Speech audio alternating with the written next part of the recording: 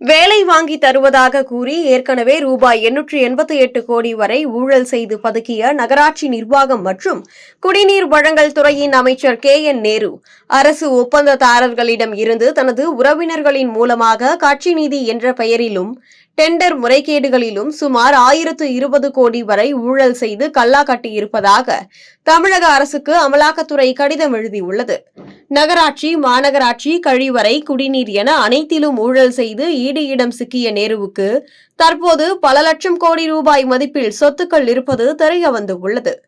கடந்த 2021 சட்டசபை தேர்தலுக்கு முன்பே DMK ஃபைல்ஸ் என்று பாஜக முன்னாள் தலைவர் அண்ணாமலை திமுகவின் முக்கிய தலைவர்களின் சொத்து பட்டியலை வெளியிட்டிருந்தார். அப்போது அமைச்சர் நேருவின் சொத்து மதிப்பு சுமார் 2400 கோடி என வெளியிட்டு இருந்தார். ஆனால் அதைவிட 2 மடங்கு நேருவின் சொத்து அதிகம் என தற்போது தகவல் வெளியாகியுள்ளது. சென்னையில் பல இடங்களில் KN நேருவுக்கு சொந்தமாக அடுக்குமாடி கட்டிடங்கள் உள்ளது. சென்னையின் முக்கிய பகுதிகளான OMRல் KN நேருவுக்கு சொந்தமான கட்டிடத்தில் ரூட்வேல் ஹோம் என்ற நிறுவனம் செயல்பட்டு வருகிறது. அந்த அடுக்குமாடி கட்டிடம் இவருடையதுதான்.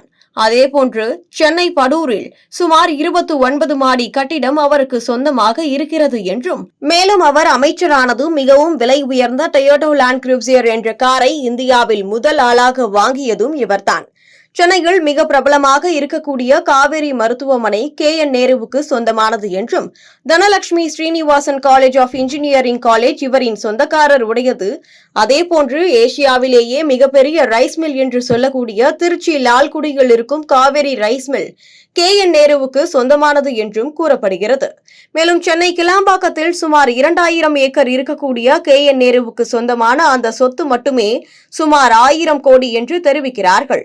மேலும் நேருவுக்கு சொந்தமான அமெரிக்காவில் உள்ள விவசாய நிலத்தை KN நேருவின் அக்கா மகன் நடிகர் நெப்போலியன் பராமரித்து வருவதாக கூறப்படுகிறது. அது மட்டுமில்லாமல் திருச்சியிலும் மிகப்பெரிய அளவில் விவசாய நிலம் அவருக்கு இருப்பதாக கூறப்படுகிறது. அந்த வகையில் அண்ணாமலை வெளியிட்ட DMK ஃபைலில் குறிப்பிட்டது போன்று சுமார் 2500 கோடி சொத்துக்கள் இருப்பது என்பது கம்மிதான். அவருக்கு சுமார் 5000 கோடிக்கு மேல் சொத்துக்கள் இருக்கும் என்றும் கூறப்படுகிறது. எனவே இந்த வகையில் இதுவரை திமுகவின் மூத்த அமைச்சர்களை குறிவைத்து வந்த அமலாக்கத்துறை தற்போது KN நேருவிடம் வந்திருக்கிறது. எனவே செந்தில் பாலாஜி, பொன்முடி போன்ற அமைச்சர்கள் போல் தற்போது இவரும் ஈடியின் பிடியில் சிக்கி சிறை செல்லப் போவது உறுதி என்று தகவல் வெளியாகியுள்ளது.